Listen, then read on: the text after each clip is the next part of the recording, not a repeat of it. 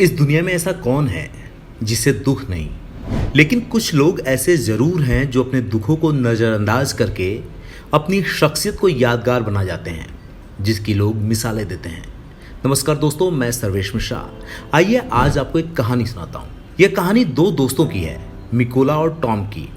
दोनों स्कूल से वापस आ रहे थे। मिकोला खुश था, लेकिन टॉम का मुंह लटका हुआ था। वजह यह थी कि स्कूल में अध्यापक ने दोनों से एक एक सवाल किए थे, जिसमें मिकोला ने सही जवाब दिया था। वहीं टॉम का उत्तर गलत था, जिसके लिए टॉम को डांट सुननी पड़ी थी और मिकोला को शाबाशी मिली थी। यही वजह थी कि एक खुश था और दूसरे का मुंह लटका हुआ था। जब दोनों रास्ते से वापस आ रहे थे तो उनकी दाईं तरफ से उड़ता हुआ एक खूबसूरत सा बादल उनको क्रॉस कर रहा था, जिसको देखकर मिकोला ने चिल्लाया। उसने अपनी खुशी जाहिर की। वाह, कितना सुंदर बादल है, बिल्कुल सफेद गुलाब की तरह। कितनी कोमल और नाजुक पंखुड़ियां हैं इसकी। यह बात सुनकर टॉम भी उस बादल की तरफ देखने लगा। वो काफी देर तक बादल को घूरता रहा, फिर धीरे से बोला, कहाँ है पंखुड़ियां, कहाँ है सफेद गुलाब? मुझे तो वह एक भेड़िए की तरह दिखाई दे रहा है।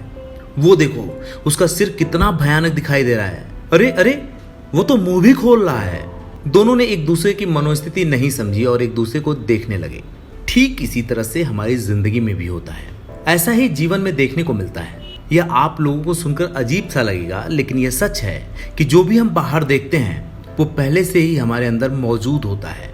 यह हमारी मनोस्थिति पर निर्भर करता है कि हम किस चीज को कैसे देखते हैं। फिर उसी के अनुसार हमारे अंदर भाव पैदा होता है। जो भाव हमें खुशी देते हैं या फिर दुख देते हैं, या फिर उस भाव की वजह से हमें डर लगता है, इनसिक्योरिटी पैदा होती है। हर व्यक्ति इतना उथल पुथल अपने अंदर लेकर बैठा हुआ है कि वो कभी इन चीजों के बारे में सोच ही नहीं पाता। वो इसलिए नहीं सोच पाता कि वो रात दिन भाग दौड़ करता है, उसकी जिंदगी में उठक पटक होती है, वो लाख कोशिशें करता है, उसके बाद भी वो अपने मनोस्थिति पे काबू नहीं पा पाता।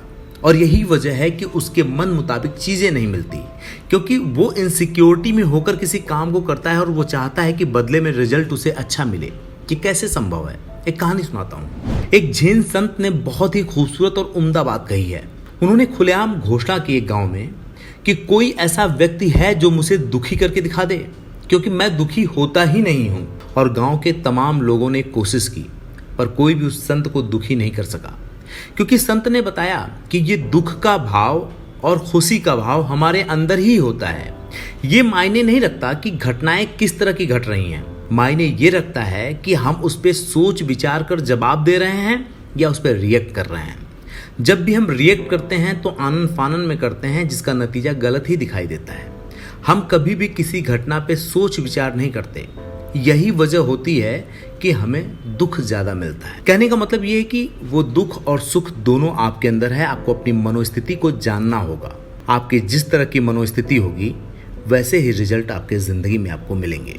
एक सवाल और भी आता है, लोग वक्त को लेकर बहुत ही परेशान रहते हैं, जबकि लोग बेवजह ही समय की कमी का रोना रोते हैं। इसके तुरंत बीत जाने का दोष देते हैं, जबकि ऐसा नहीं होता। उनको इस बात का अंदाजा ही नहीं होता कि समय तो अपनी गति से गुजरता है, जो कि कहीं से कम नहीं है, पर उसकी एक प्यारी स्मृति यानी कि याद जो प्रकृति ने हमें दी है, वर्तमान में भी उस बीते हुए समय का एहसास बनाए रखती है।